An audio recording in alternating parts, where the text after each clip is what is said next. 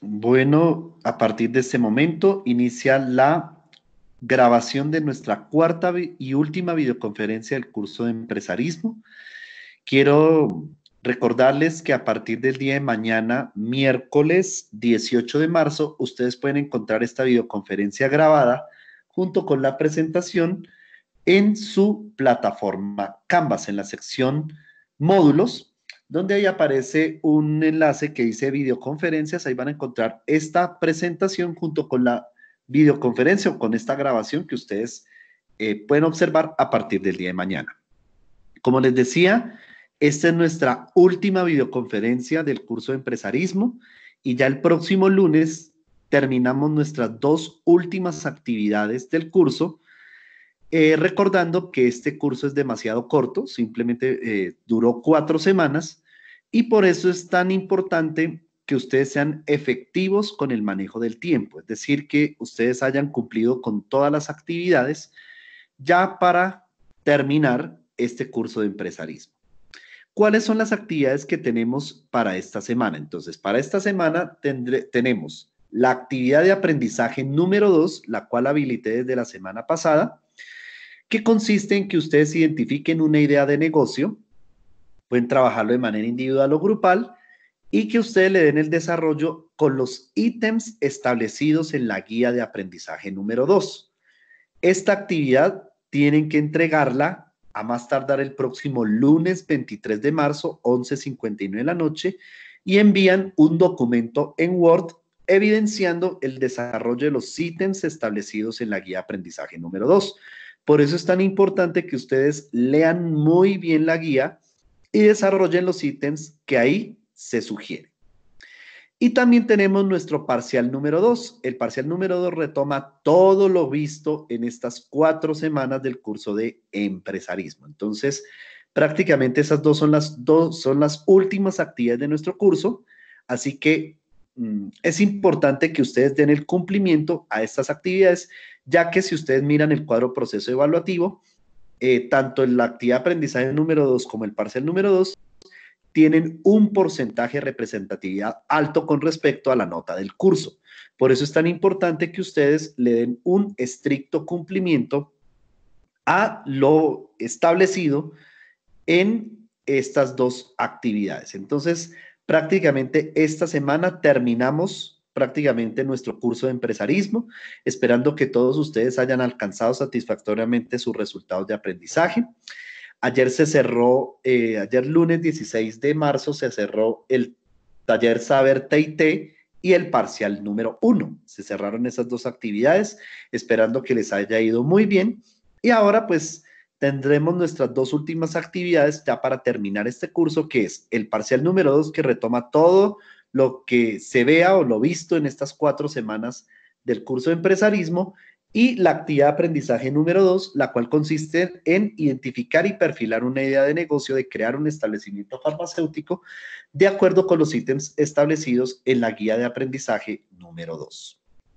Bueno, entonces, no siendo más, voy a compartir la presentación. Repito, esta presentación, esta videoconferencia, ustedes la pueden observar a partir del día de mañana a través de su plataforma Canvas. Entonces, en la sección módulos de su plataforma Canvas.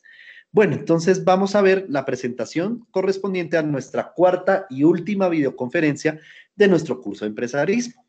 Entonces, les repito a todos ustedes, mi correo electrónico bmanjarres@unap.edu.co por si tienen alguna inquietud en cuanto al desarrollo de las actividades. Entonces, ahí me pueden escribir o directamente desde su usuario de la plataforma Canvas.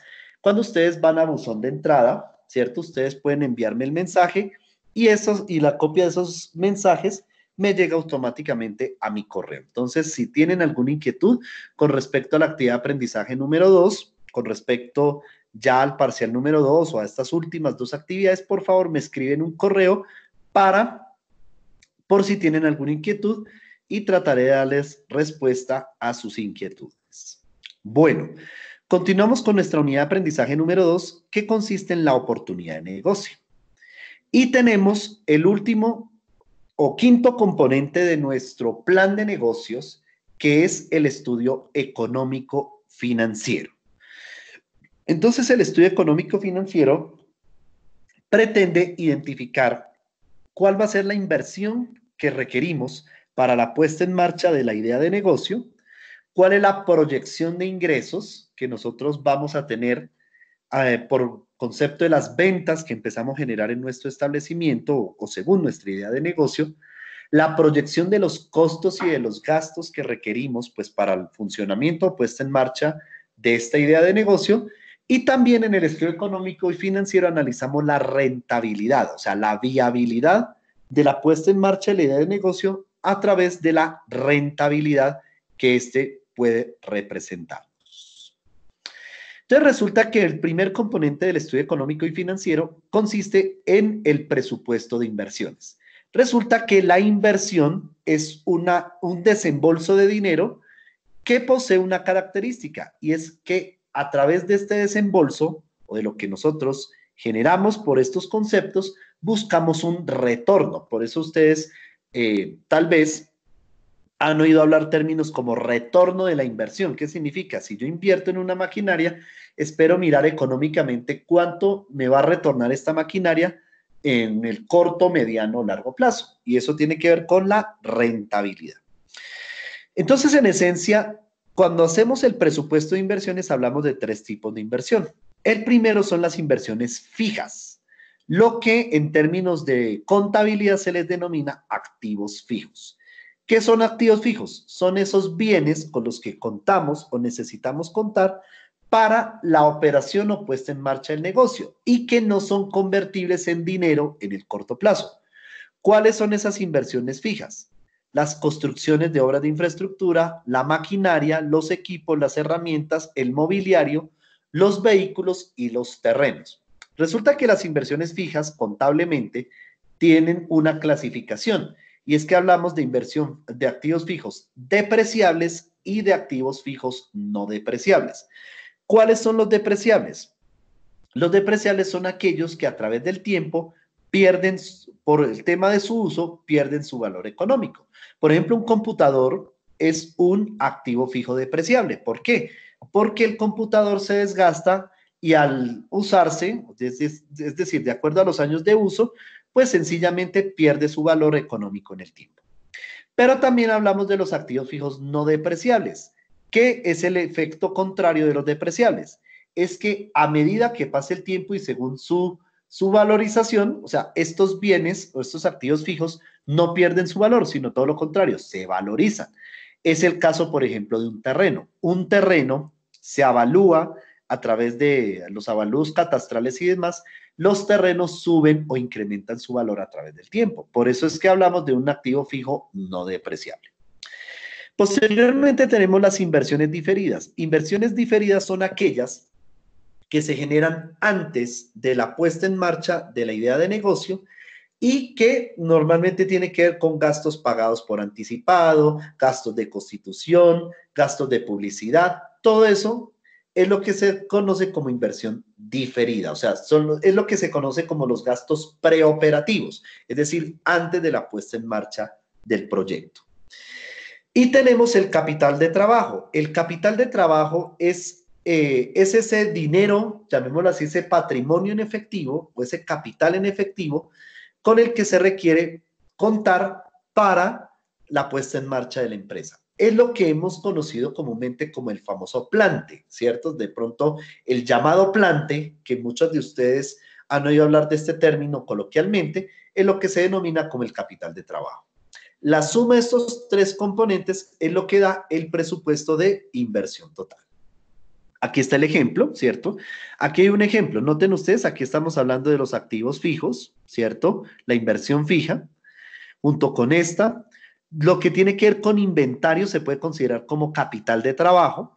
Y lo que tiene que ver con adecuación, dotación, papelería, licencia, estos son las diferidas. O sea, aquí hablamos de lo diferido, muebles de oficina puede ser una inversión fija, inventario puede ser capital de trabajo, y estos son inversiones fijas, para estimar cuánto es el presupuesto de inversión total. Entonces, ya nosotros, ya en términos un poco más prácticos, si ustedes quieren crear un establecimiento farmacéutico en la práctica o en la realidad, primero tienen que establecer cuál es el presupuesto de inversión fija, de inversión diferida y de capital de trabajo que se requerirá para la puesta en marcha de este establecimiento. Bien, otro aspecto importante en el estudio económico y financiero son los costos. ¿Qué son los costos? Aquellos desembolsos de dinero, los cuales a futuro tienen cierto retorno o cierta compensación. Entonces, resulta que hay una clasificación de los costos. Hablamos que la clasificación más importante de los costos son los costos fijos y los costos variables. ¿Cuáles son los costos fijos? Son aquellas erogaciones o desembolsos de dinero que, independiente que el nivel de servicio o de producción incremente o disminuya, siempre van a ser los mismos. Por eso decimos que son costos fijos. Por ejemplo, los arrendamientos es un costo fijo, porque a pesar de que ustedes tengan su droguería o vendan o no vendan medicamentos en su droguería, y si ustedes están en arriendo, siempre tienen que pagar la misma cuota de arriendo.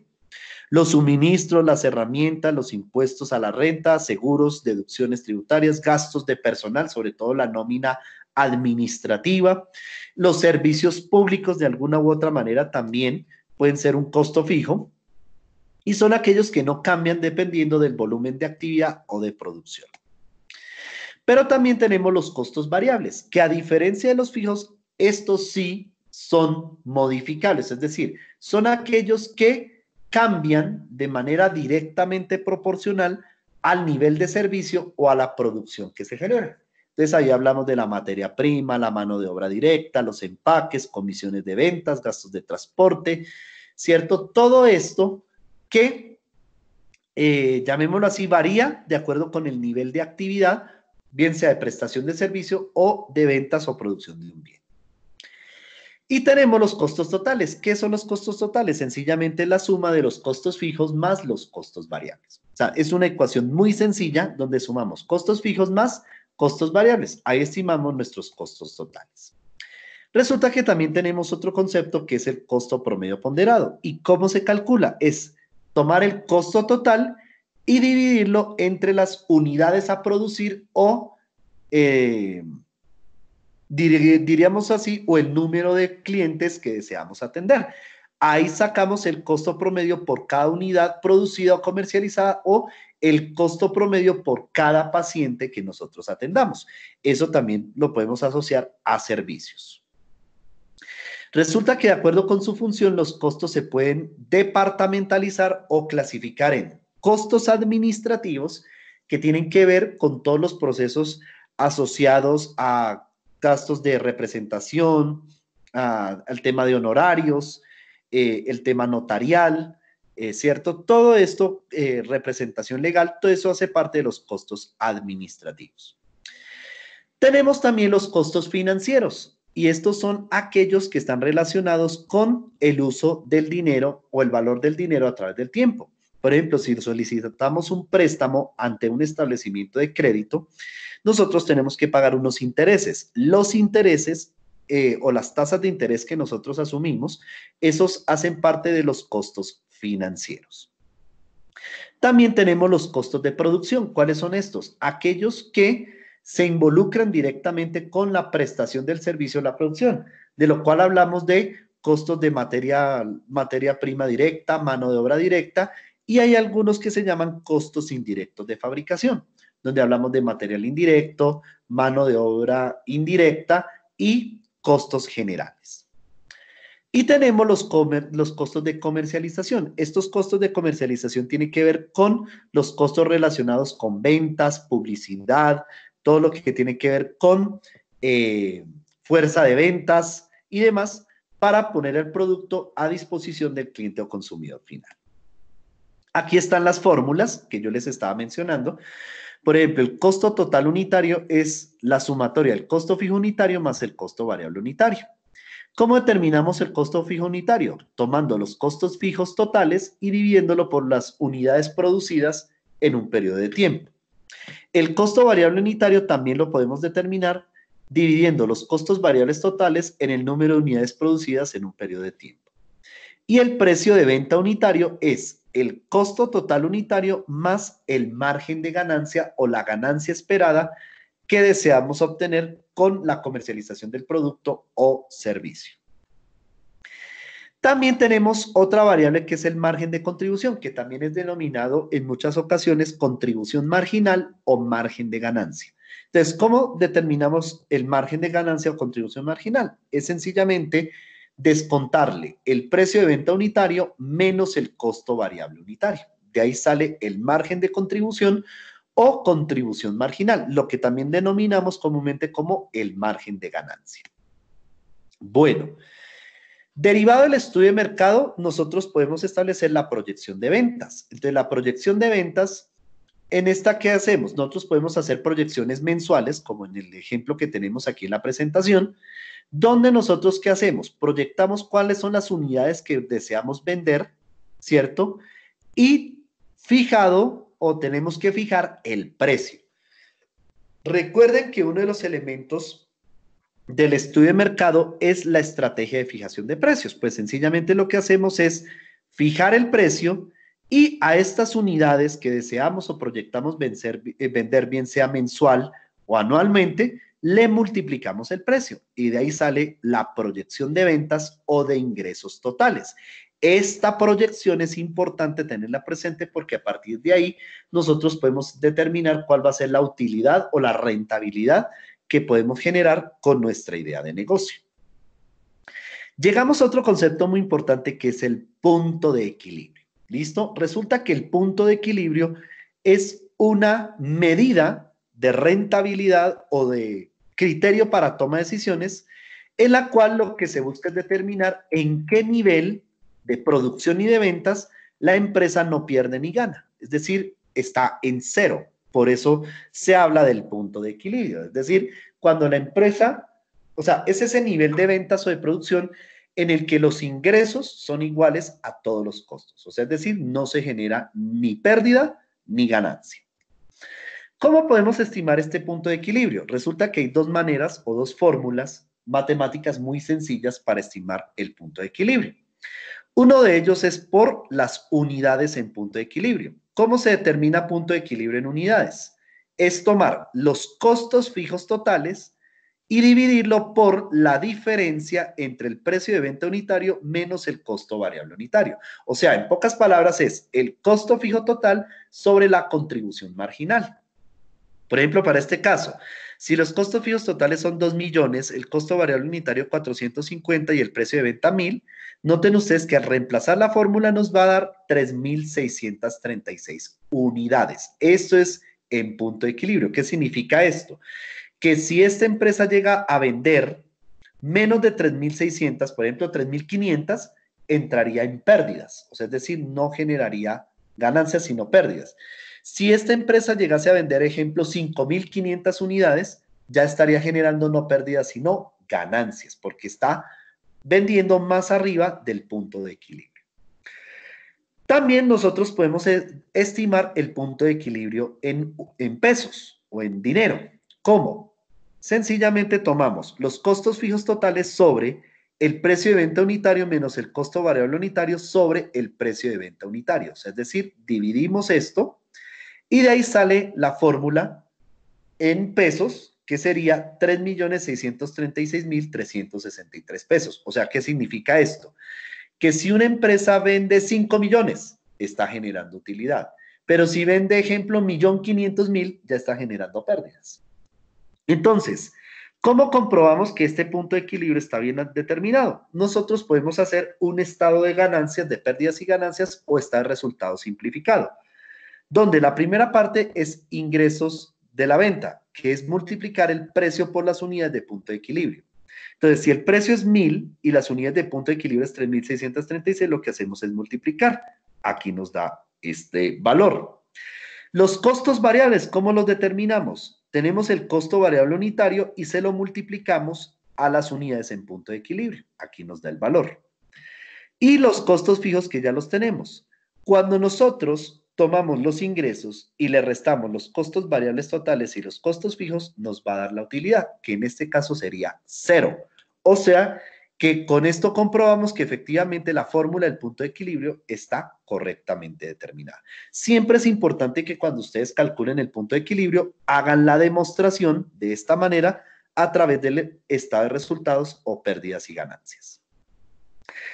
Nosotros también, a través de la fórmula del punto de equilibrio, podemos saber en qué nivel de unidades o de pesos, llamémoslo así, nosotros podemos empezar a generar una utilidad. Por ejemplo, si tenemos los costos fijos totales, el costo variable unitario, el precio de venta unitario, y decimos que deseamos tener una ganancia de 2 millones de pesos, ¿cuánto debo producir y vender para generar esa utilidad de 2 millones? Pues sencillamente lo que hacemos es, a la fórmula de las cantidades en punto de equilibrio, en la parte del numerador donde están los costos fijos totales, le sumamos la utilidad deseada, ¿cierto? O sea, la única modificación que tendría la fórmula de las cantidades en punto de equilibrio es sumarle al numerador la utilidad deseada. Por ejemplo, para este caso, con los mismos datos del ejercicio anterior, resulta que necesitamos saber cuánto es la utilidad deseada, o sea, cuántas unidades debo vender para generar una utilidad o ganancia de 1 millón de pesos. Entonces, lo que hago es sumarle ese millón a los costos fijos totales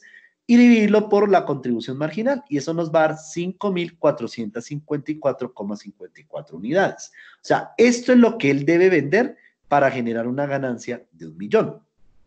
Ahora, en ventas, lo mismo. O sea, fíjense que es la misma fórmula de la anterior. Lo que cambia es que en el numerador le sumamos la utilidad esperada.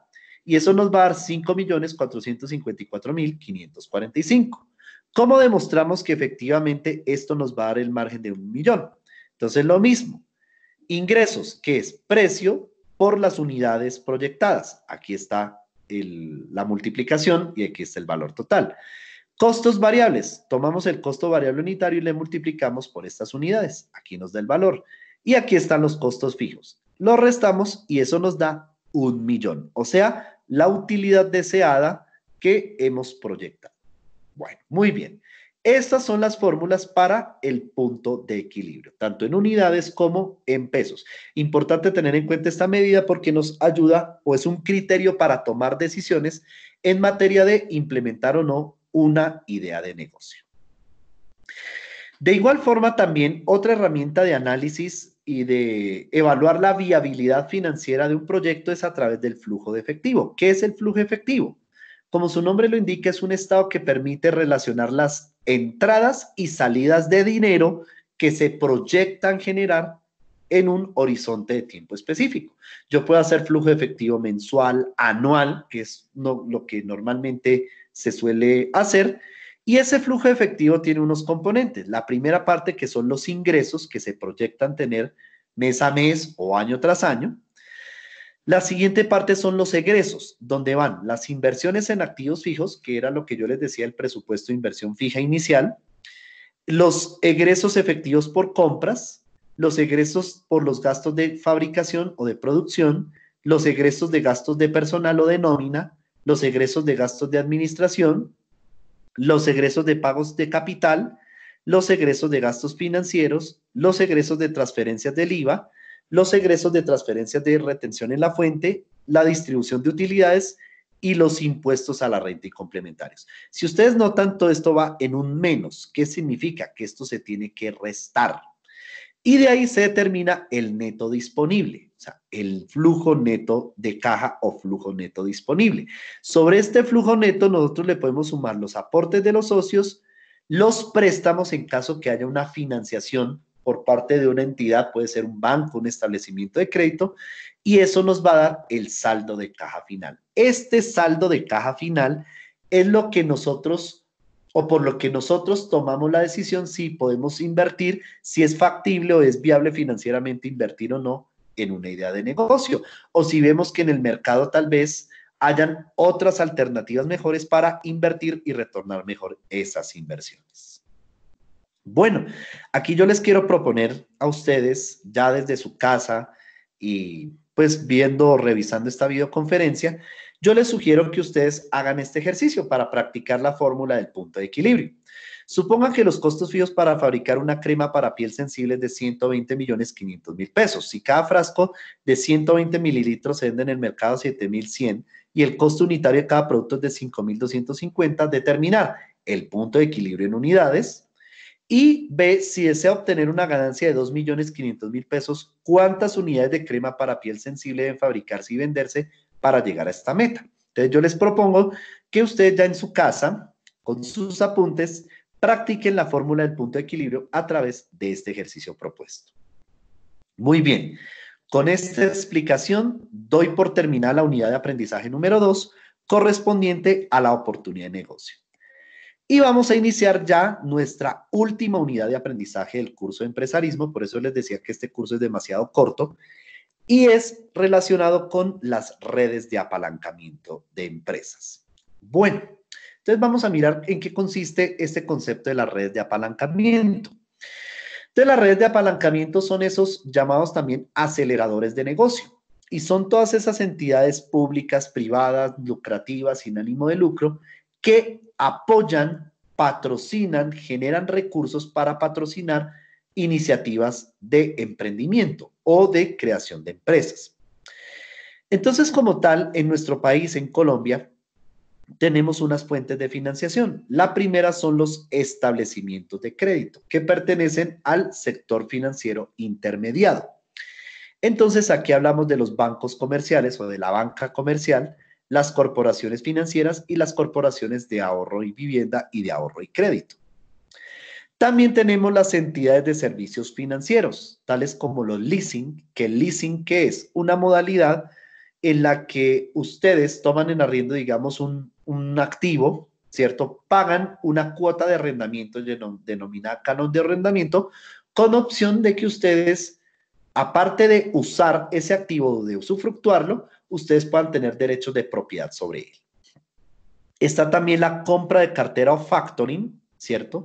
La bolsa de valores y las firmas comisionistas de bolsa. Esos son entidades de servicios financieros. También tenemos los inversionistas institucionales, tales como las compañías de seguros, los reaseguros y las sociedades de capitalización. Y tenemos los fondos financieros y el Banco de la República, es decir, los organismos públicos, tales como Findeter, Financiera para el Desarrollo Territorial, Fondo Financiero Agropecuario, Departamento Nacional de Planeación, ¿cierto? Todas estas entidades que también pueden generar recursos para financiar proyectos. De hecho, en materia de emprendimiento en Colombia, pues prácticamente tenemos unas fuentes de categorías de fuentes de financiación, tales como la banca de oportunidades, los ángeles inversionistas, los fondos de capital de riesgo, los fondos mutuos, los fondos de capital de riesgo corporativo, el FOMIPYME, que es el Fondo Colombiano de Modernización y Desarrollo Tecnológico para las micro, pequeñas y medianas empresas. Tenemos también el Fondo Nacional de Productividad y Competitividad y tenemos también a Finagro. También está el Programa Nacional de Creación de Empresas de Base Tecnológica. Está Bancoldex, que pertenece a ProColombia. ProColombia es la entidad que promueve las exportaciones e importaciones en nuestro país y que está adscrita al Ministerio de Comercio, Industria y Turismo. Están los mercados de capitales, el Banco Interamericano de Desarrollo, la Corporación Andina de Fomento y Cooperación Internacional. Esos son básicamente unas importantes fuentes de financiación para el emprendimiento en Colombia. Resulta que en nuestro argot popular se han generado unos mitos sobre la financiación de empresas, de por qué no podemos acceder a esos recursos y demás, y resulta que simplemente son mitos. Hay que tratar de desmitificar eso y si tenemos ideas de negocio y tenemos proyectos de empresa, de creación de establecimientos que son rentables, innovadores, pues ¿por qué no acceder a estos recursos para apalancarnos de alguna u otra manera? Nos hace falta y lo requeriremos según nuestro tipo de negocio. Entonces, el primer mito consiste en que se necesita mucho dinero para poder establecer una empresa. Resulta que hay emprendimientos que inician con baja inversión, con poca inversión. No se requiere 100, 180, 50, 200 millones para iniciar un negocio, no. Es identificar muy bien, hay negocios que se crean desde 2 millones de pesos de inversión. Imagínense, un presupuesto de inversión total de 2 millones, que no es demasiado caro. Entonces, realmente Ese es un primer mito que hay que tratar de desmitificar. Lo segundo es que todo lo que necesito para que mi empresa sea exitosa es una buena capitalización, no necesariamente. Puede que de pronto, de acuerdo a la propuesta de valor de esta idea de negocio, puede que de pronto ella por sí sola me genere los recursos para reinvertir y autofinanciarme. Entonces, no necesariamente requeriré de recursos o apalancamiento a través de establecimientos de crédito para obtener esos recursos. Un tercer mito dice que comenzar sin dinero es comenzar en pequeño y sin posibilidad de crecer. Eso es una falacia. Muchos de los emprendimientos famosos en el mundo iniciaron así, sin dinero. Y fíjense todos los patrimonios que se construyeron con el tiempo a través de ideas innovadoras. El mito 4 es que no hay dinero para financiar las empresas. Eso es una total equivocación. Los recursos están. Lo que pasa es que hay que saber defender nuestras ideas, saber vender nuestro proyecto en pocas palabras. Porque, por ejemplo, Fondo Emprender del SENA, ellos tienen muchos recursos y financian y patrocinan muchos proyectos de emprendimiento. No solamente estudiantes del SENA, sino también universitarios como ustedes. Entonces, los recursos están, lo que pasa es que hay que saber vender los proyectos. El quinto mito es que solo les prestan a los que tienen y no necesitan, o sea, los ricos. De pronto tenemos ese paradigma ahí tan arraigado de que únicamente les prestan a los que tienen dinero, pero resulta que no. Si nosotros convencemos con una buena propuesta de valor desde nuestras ideas de negocio, nosotros podemos acceder perfectamente a esos recursos. ¿Es absolutamente necesario usar financiación externa o utilizar palancas financieras? No necesariamente. Ese es otro mito que hay que tratar de eliminar de esos paradigmas. Un séptimo mito es que solamente los locos y los aventureros empiezan sin dineros, pero resulta que, como lo veíamos en las características del empresario exitoso, son personas independientes, perseverantes, determinadas. Entonces no es decirles locos como tal, sino determinados, perseverantes. Bueno, resulta que una de las entidades que apoyan el emprendimiento en Colombia son las cámaras de comercio. Esas están en cada jurisdicción y ellos tienen una figura que se llama el Centro de Atención Empresarial. ¿Esto en qué consiste? Es una estructura dotada de tecnología y recurso humano necesario, el cual consiste en recibir la documentación requerida para la creación y constitución de empresas y su posterior envío de manera electrónica a las demás entidades que intervienen en el proceso. El objetivo de estos centros de apoyo o de atención empresarial es servir como único contacto entre comerciantes y entidades. O sea, esto permite facilitar la tramitología frente a la creación y legalización o constitución legal de las sociedades o de las empresas. También tenemos la Corporación Ventures. La Corporación Ventures es un cazatalentos de ideas de negocio, los cuales desarrollan unos programas a través de concursos, formación y financiación, donde ellos prácticamente como esos buenos cazatalentos capturan y patrocinan verdaderas ideas de negocio innovadoras y creativas. Ellos generan unas financiaciones y condonan, llamémoslo así, las deudas a corto plazo. O sea, ¿qué significa? Que sencillamente, si financian con posibilidad de endeudamiento, el empresario que recibe esa financiación se le perdonará la deuda en cierto periodo de tiempo. Entonces, hay prácticamente, es una manera de inyectar capital a esas ideas de negocio. También tenemos el Portal Nacional de Creación de Empresas a través de este link www.crearempresa.com.co, en el cual se da una asesoría en línea frente a la creación o constitución legal de empresas. Entonces ya este portal permite consultar trámites, diligenciar formularios en línea y formalizar los trámites. Es una manera muy ágil para crear y constituir legalmente una sociedad o una empresa. Las cámaras de comercio también tienen programas de emprendimiento.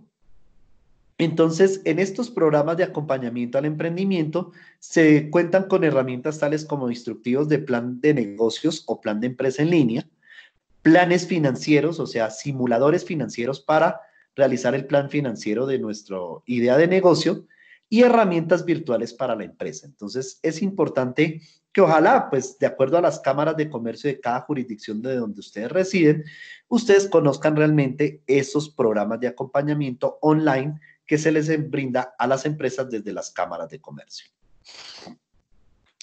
Ahorita les está hablando acerca del Fondo Emprender. ¿Y qué es el Fondo Emprender? Pues es un fondo creado por el Gobierno Nacional, liderado por el Servicio Nacional de Aprendizaje SENA, para financiar iniciativas empresariales que provengan y sean desarrolladas en primera instancia por estudiantes del SENA que hayan finalizado la etapa lectiva en progreso de un programa de formación, alumnos o egresados del curso del SENA en programa de jóvenes rurales y línea de formación de líderes del desarrollo, estudiantes que se encuentran cursando los 2 últimos semestres en un programa de educación superior reconocido por el Estado. Por ejemplo, en el caso de ustedes, que muchos están viendo empresarismo y están entre 5º y 6º semestre, ahí pueden identificar ustedes una oportunidad para acceder a este Fondo Emprender. Personas que hayan concluido materias de entre los últimos 12 meses, profesionales universitarios cuyo primer título haya sido obtenido durante los últimos 24 meses. Eso es prácticamente los requisitos para acceder al Fondo Emprender. Resulta que el Fondo Emprender es un banco de proyectos que busca patrocinar esas iniciativas empresariales innovadoras con valor agregado y creativas. Y algo muy importante es que hay una metodología específica para presentar el plan de negocio según Fondo Emprender. Entonces, si ustedes de pronto tienen proyectos de empresa ya iniciales, iniciando, que van a constituir y están seguros que su idea es innovadora, pueden acceder a estos recursos de Fondo Emprender, presentar el proyecto en la metodología Fondo Emprender y, ¿por qué no?, estar recibiendo la financiación de parte de ellos. Resulta que frente a la creación de empresas de base tecnológica, lo que se conoce como startups, resulta que Google ha venido realizando en el mundo un evento que se llama el Startup Weekend. El Startup Weekend es un evento de 54 horas organizado por Google en el que los emprendedores de varios perfiles, donde están desarrolladores gráficos, de software, gente de negocios, se reúnen en equipos alrededor de una idea para convertirla en realidad y crear una empresa de base tecnológica online o en Internet.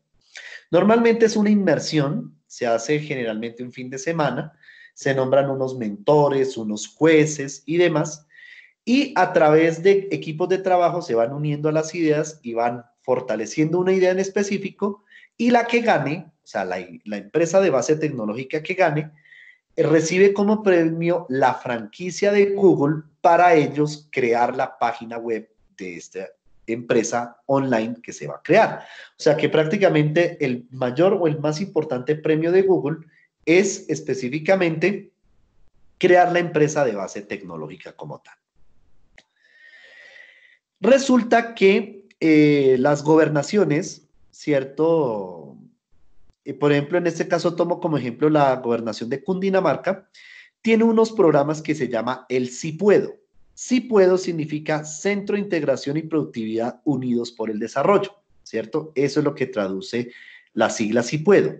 Y es llamémoslo así, es una figura que ponen a disposición de los emprendedores, empresarios, asociaciones, personas naturales y jurídicas del departamento, en este caso de Cundinamarca, un espacio físico y un equipo humano capacitado junto con un portafolio de servicios integrado que contribuirá a identificación de oportunidades y acompañamiento en la búsqueda de soluciones empresariales para el fortalecimiento de las capacidades y competencias de los empresarios, promover el desarrollo de clústeres, fomentar la cultura de calidad, facilitar encuentros comerciales nacionales e internacionales mediante ruedas de negocios, búsqueda de fuentes de financiación, capacitación y asesoría, además de acompañar los procesos empresariales que contribuyan al desarrollo económico, social y cultural de las provincias. Entonces, prácticamente es un programa que viene liderado desde las gobernaciones. Aquí tomé el ejemplo del Sí Puede, la gobernación de Cundinamarca, que busca el fortalecimiento del emprendimiento en las regiones. Resulta que también en Colombia tenemos Impulsa Colombia. Impulsa Colombia es la unidad de gestión de crecimiento empresarial liderado por el gobierno nacional y que fue creado en febrero del 2012 para la promoción del emprendimiento, la innovación y la productividad como ejes para el desarrollo empresarial y la competitividad de nuestro país. El trabajo de Impulsa Colombia es forjar las empresas del futuro como empresas innovadoras y productivas que sean fuente de riqueza y prosperidad para el país, a fin de alcanzar su máximo potencial y que sean protagonistas del crecimiento económico de Colombia. O sea que este programa Impulsa o esta unidad de emprendimiento Impulsa viene desde hace unos 8 años establecida y también desde allí se patrocinan iniciativas empresariales y lo que se busca es fomentar el emprendimiento para contribuir al crecimiento económico de Colombia. Resulta que hace 4 años se promulgó la ley 1780 del 2016, la cual busca promover el empleo y el emprendimiento juvenil. ¿Qué edades se consideran jóvenes? Jóvenes se consideran entre los 18 y los 28 años de edad. Entonces, este patrocinio viene determinado, o esa promoción del empleo y emprendimiento juvenil, viene dado a través de pequeñas empresas jóvenes conformadas por personas naturales o jurídicas, cuya planta de personal no sea mayor a 50 trabajadores y activos totales que no excedan de los 5.000 salarios mínimos mensuales legales vigentes. Ese es uno de los requisitos para poderse acoger a los beneficios de esta ley. Las personas naturales que generan esas pequeñas empresas deben tener hasta máximo 35 años de edad. Esto con el fin de promover el emprendimiento juvenil. Y uno de los beneficios fundamentales es la extensión del pago de la matrícula mercantil y la renovación del primer año siguiente al inicio de la actividad económica principal. Eso es decir, que el que se acoja a este beneficio por ser emprendedor juvenil recibe este beneficio de eximirse el pago de la matrícula mercantil y la renovación del primer año. O sea, que el primer año automáticamente se le renueva su matrícula mercantil y no tiene que generar ningún costo adicional ante la Cámara de Comercio. Entonces, esta es una legislación que yo les invito a que ustedes la revisen. Esa fue promulgada hace 4 años y habla de la promoción del empleo y el emprendimiento juvenil.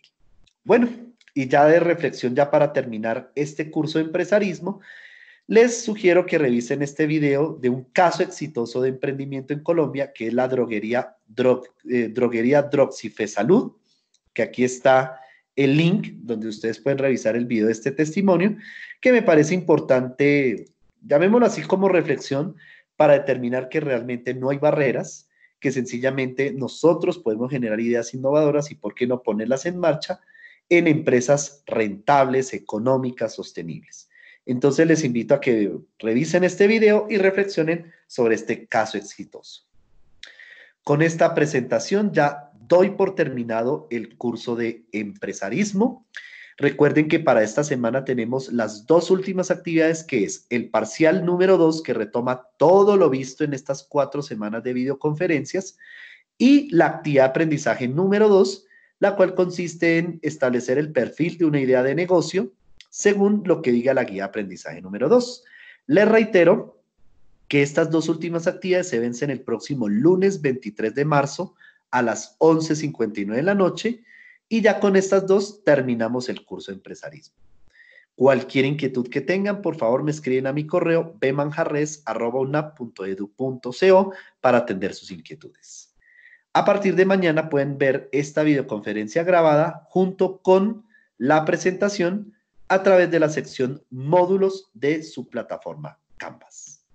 Feliz noche y nos reencontraremos en una próxima oportunidad.